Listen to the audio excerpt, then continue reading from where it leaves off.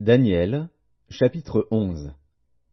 Et moi, la première année de Darius, le Mède, j'étais auprès de lui pour l'aider et le soutenir. Maintenant, je vais te faire connaître la vérité. Voici, il y aura encore 3 rois en Perse. Le 4e amassera plus de richesses que tous les autres. Et quand il sera puissant par ses richesses, il soulèvera tout contre le royaume de Javan. Mais il s'élèvera un vaillant roi, qui dominera avec une grande puissance et fera ce qu'il voudra. Et lorsqu'il se sera élevé, son royaume se brisera et sera divisé vers les 4 vents des cieux. Il n'appartiendra pas à ses descendants, et il ne sera pas aussi puissant qu'il l'était, car il sera déchiré, et il passera à d'autres qu'à eux. Le roi du Midi deviendra fort, mais un de ses chefs sera plus fort que lui, et dominera. Sa domination sera puissante. Au bout de quelques années, ils s'allieront, et la fille du roi du Midi viendra vers le roi du Septentrion pour rétablir la concorde. Mais elle ne conservera pas la force de son bras, et il ne résistera pas, ni lui, ni son bras. Elle sera livrée avec ceux qui l'auront amenée, avec son père et avec celui qui aura été son soutien dans ce temps-là. Un rejeton de ses racines s'élèvera à sa place. Il viendra à l'armée, il entrera dans les forteresses du roi du Septentrion, il en disposera à son gré, et il se rendra puissant. Il enlèvera même et transportera en Égypte leurs dieux et leurs images de fonte, et leurs objets précieux d'argent et d'or. Puis il restera quelques années éloigné du roi du Septentrion. Et celui-ci marchera contre le royaume du roi du Midi, et reviendra dans son pays. Ses fils se mettront en campagne et rassembleront une multitude nombreuse de troupes. L'un d'eux s'avancera, se répandra comme un torrent, débordera, puis reviendra. Et ils pousseront les hostilités jusqu'à la forteresse du roi du Midi. Le roi du Midi s'irritera, il sortira et attaquera le roi du Septentrion. Il soulèvera une grande multitude, et les troupes du roi du Septentrion seront livrées entre ses mains. Cette multitude sera fière, et le cœur du roi s'enflera.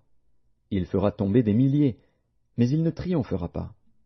Car le roi du Septentrion reviendra et rassemblera une multitude plus nombreuse que la première.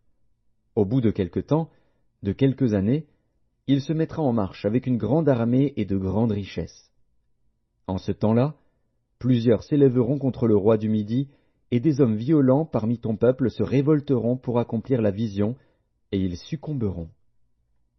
Le roi du Septentrion s'avancera, il élèvera des terrasses, et s'emparera des villes fortes.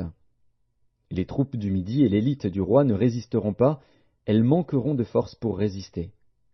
Celui qui marchera contre lui fera ce qu'il voudra, et personne ne lui résistera. Il s'arrêtera dans le plus beau des pays, exterminant ce qui tombera sous sa main. Il se proposera d'arriver avec toutes les forces de son royaume, et de conclure la paix avec le roi du Midi. Il lui donnera sa fille pour femme, dans l'intention d'amener sa ruine. Mais cela n'aura pas lieu, et ne lui réussira pas. Il tournera ses vues du côté des îles, et il en prendra plusieurs. Mais un chef mettra fin à l'opprobre qu'il voulait lui attirer, et le fera retomber sur lui. Il se dirigera ensuite vers les forteresses de son pays, et il chancellera, il tombera, et on ne le trouvera plus. Celui qui le remplacera fera venir un exacteur dans la plus belle partie du royaume, mais en quelques jours il sera brisé, et ce ne sera ni par la colère ni par la guerre. Un homme méprisé prendra sa place, sans être revêtu de la dignité royale. Il paraîtra au milieu de la paix, et s'emparera du royaume par l'intrigue.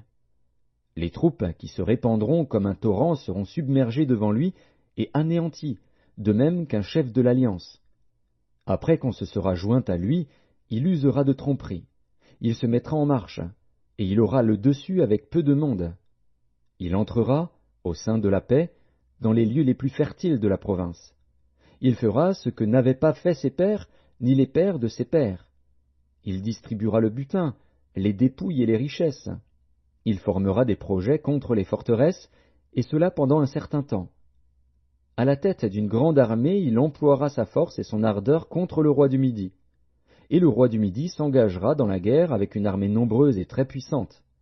Mais il ne résistera pas, car on méditera contre lui de mauvais desseins. Ceux qui mangeront des mets de sa table causeront sa perte. Ses troupes se répandront comme un torrent, et les morts tomberont en grand nombre. Les deux rois chercheront en leur cœur à faire le mal, et à la même table ils parleront avec fausseté. Mais cela ne réussira pas, car la fin n'arrivera qu'au temps marqué. Il retournera dans son pays avec de grandes richesses. Il sera dans son cœur hostile à l'Alliance sainte. Il agira contre elle, puis retournera dans son pays. À une époque fixée, il marchera de nouveau contre le Midi. Mais cette dernière fois, les choses ne se passeront pas comme précédemment. Des navires de Kittim s'avanceront contre lui. Découragé, il rebroussera. Puis, furieux contre l'Alliance sainte, il ne restera pas inactif. À son retour, il portera ses regards sur ceux qui auront abandonné l'Alliance sainte. Des troupes se présenteront sur son ordre. Elles profaneront le sanctuaire, la forteresse, elles feront cesser le sacrifice perpétuel et dresseront l'abomination du dévastateur. Il séduira par des flatteries les traîtres de l'Alliance. Mais ceux du peuple qui connaîtront leur Dieu agiront avec fermeté, et les plus sages parmi eux donneront instruction à la multitude. Il en est qui succomberont pour un temps à l'épée et à la flamme, à la captivité et au pillage. Dans le temps où ils succomberont, ils seront un peu secourus, et plusieurs se joindront à eux par hypocrisie. Quelques-uns des hommes sages succomberont, afin qu'ils soient épurés, purifiés et blanchis, jusqu'au temps de la fin, car elle n'arrivera qu'au temps marqué. Le roi fera ce qu'il voudra. Il s'élèvera, il se glorifiera au-dessus de tous les dieux, et il dira des choses incroyables contre le Dieu des dieux. Il prospérera jusqu'à ce que la colère soit consommée, car ce qui est arrêté s'accomplira. Il n'aura égard ni au Dieu de ses pères, ni à la divinité qui fait les délices des femmes. Il n'aura égard à aucun Dieu, car il se glorifiera au-dessus de tous. Toutefois il honorera le Dieu des forteresses sur son piédestal.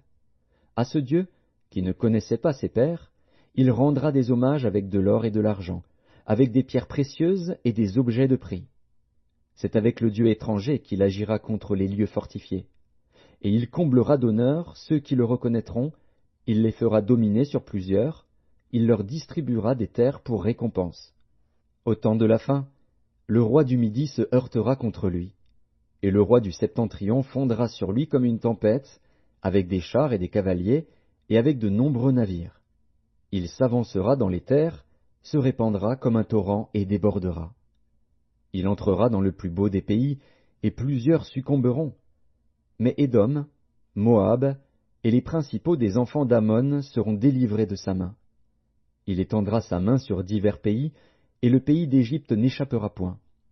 Il se rendra maître des trésors d'or et d'argent, et de toutes les choses précieuses de l'Égypte. Les Libyens et les Éthiopiens seront à sa suite. Des nouvelles de l'Orient et du Septentrion viendront l'effrayer, et il partira avec une grande fureur pour détruire et exterminer des multitudes. Il dressera les tentes de son palais entre les mers, vers la glorieuse et sainte montagne, puis il arrivera à la fin, sans que personne lui soit en aide.